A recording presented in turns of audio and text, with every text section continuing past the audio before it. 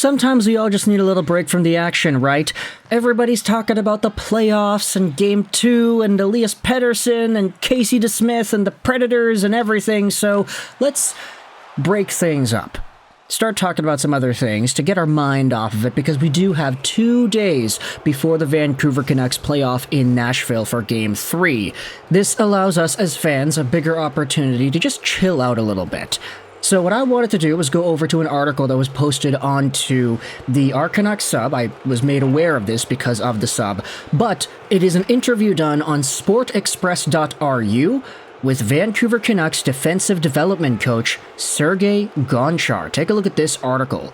I would like to become the first Russian head coach in the NHL. Anniversary interview with Gonchar.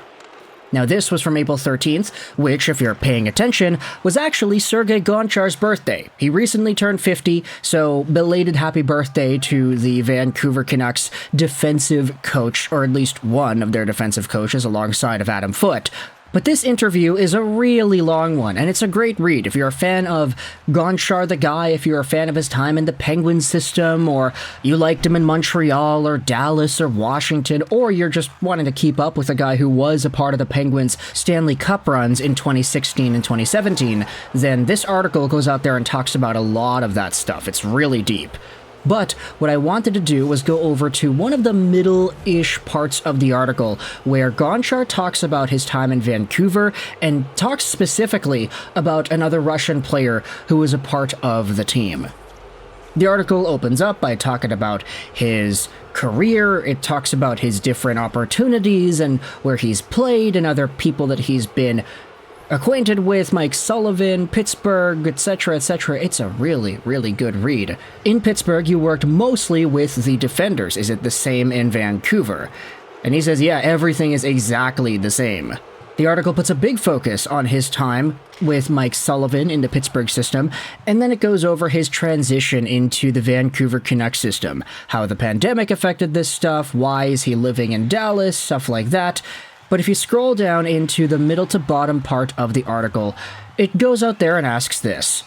What happened with the Canucks with Andrei Kuzmenko? A brilliant debut season with 39 goals and 74 points, but this season saw a sharp decline, a lot of games in reserve, and a trade to Calgary. Gonchar says this. This season, we began to pay more attention to the team's performance within the system, in particular in the defensive zone. And Andrei is a more creative hockey player, focused on attacking actions and goals. And here he had to additionally focus on defensive components, which was not always easy for him. For some people who have been accustomed to playing according to the system all their lives, adaptation occurs very quickly. It was more difficult for Kuzmenko to do this since he is already a mature player and is used to playing differently. We must give him credit. He did a great job, he tried, and did everything to complete his tasks. He worked to the fullest, and there were no complaints against him in his effort level. But perhaps it was difficult for him to combine strict execution of what we were telling him to do and a bright game in front along with high performance. Now, there are some translation errors that you could debate are there, but essentially, Gonchar is talking about how Kuzmenko's effort wasn't really the problem. It was just whether or not he actually could do these things after years and years and years of playing in a Russian system that didn't necessarily enforce those same principles. I think everything's going to be fine for him in the NHL. He'll combine everything and get used to doing both, playing creatively and playing defensively. I hope everything will work out for Andrei in Calgary. But then, he had to go through such an adaptation moment, a restructuring, and against this background, his performance dropped.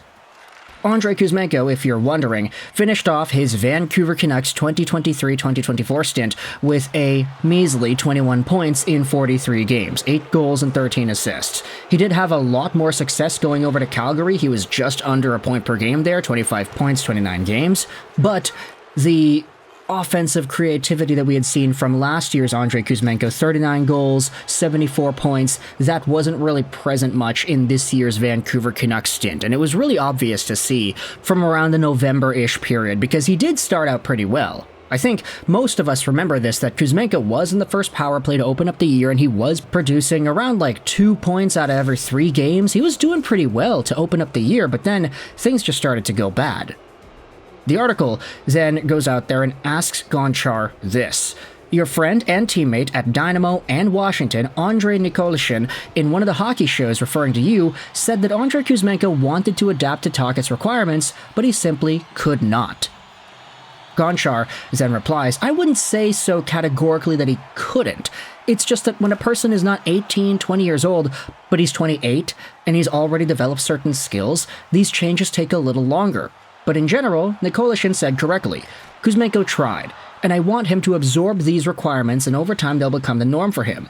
This will help him in his career, because hockey is a team game. If he combines these with his excellent individual qualities, he could have a long and successful NHL career. So it's kind of reaffirming the same idea that Andrei Kuzmenko tried to do better, and he tried to incorporate what it is that Tocchet wanted him to do in his game into his game, but it just wasn't that properly executed whilst Kuzmenko was going through the motions. He would try to play defensively, and as a result, his confidence would drop, and his time on the power play would also be affected, because when he's not confident, he's not shooting, and he's not making plays, and he's giving up pucks, and this and that, and Kuzmenko, everybody was talking about this guy throughout the season, and then he got traded. When Tocchet first came to Vancouver last season, he transferred Andrei Kuzmenko from the first to the third line, but he continued to score and soon won his place amongst the strongest of the team. Back then, were there not such strict requirements for the system and defensive play? Gonchar responds saying no. Rick Tocchet started implementing his system right away, but you can't give the players a lot of information at one time. Everything needs to be done gradually in doses. The lines were changed. Different combinations were tried. There was a normal work process associated with the arrival of a new coach. And so that's a really interesting point to acknowledge too, how Rick Tocchet did not immediately tell these guys what it was that he wanted them to do or restructure the entire format of the team. It wasn't until the start of the 23-24 season that we started to see those changes take full effect, and it's particularly why the team ended up doing as well as they did to start out the year. Remember when Pettersson, Hughes, and Miller were 1, 2, and 3, tied for first overall in scoring in the NHL, while also providing solid, meaningful hockey in their own zone, winning games, and being the top team in the league? That's the Rick Tocchet effect. It took place over the summer, it took place in the small sample at the end of last season, but it was really pushed to the brim at the start of this current season, and Andrei Kuzmenko was one of the guys who unfortunately could not adjust as well. He tried, but after years and years of playing in a Russian system with the bigger ice and no dump and chase hockey and a lot more possession-based, offensive, creatively sound gameplay, it was difficult for him to adjust right away. As a Russian-speaking person, did you communicate with Kuzmenko more than other coaches? And Gonchar says, certainly, we called a lot on questions relating to the organization of the game and in general. Are you communicating still now? When Vancouver came to us, we talked a little bit in the arena, but the game schedule is tight. There's not much time to call each other either. Another question asks Sergei Gonchar whether or not Andrei Kuzmenko's situation was similar to the Alexei Zhamov situation with the Russian Olympic team back in Beijing, which was a while ago, but that was a situation where Zhamov was pretty much told the same thing as Kuzmenko, oh, change your playing style, he was getting scratched, and then he left. Gonchar responds, the Olympics are a short-term tournament and it was necessary to adapt quickly, which is not always possible. Mentally, during the season, it is not easy to do this. It seems to me in Vancouver, Andrei was more ready for this adaptation and he wanted to do it. With the team, he did more work in terms of playing defense than on the national team. So even more confirmation that Andrei Kuzmenko wanted to do well, it's just he couldn't really. So I don't think anybody should be thinking about the situation with any sort of like, oh, he had an attitude issue. No, it's not like that. It's just he couldn't. There's a difference between won't and couldn't. And over time, as he plays more in Calgary with a team that allows him to be a little bit more offensively flexible, a team that allows more possession-based rush chances, and a team that's frankly going to give him a spot alongside of Jonathan Huberdeau, this could be a pretty good career shift for Andrei Kuzmenko heading into the final year of his $5.5 million contract, which will expire at the end of next season.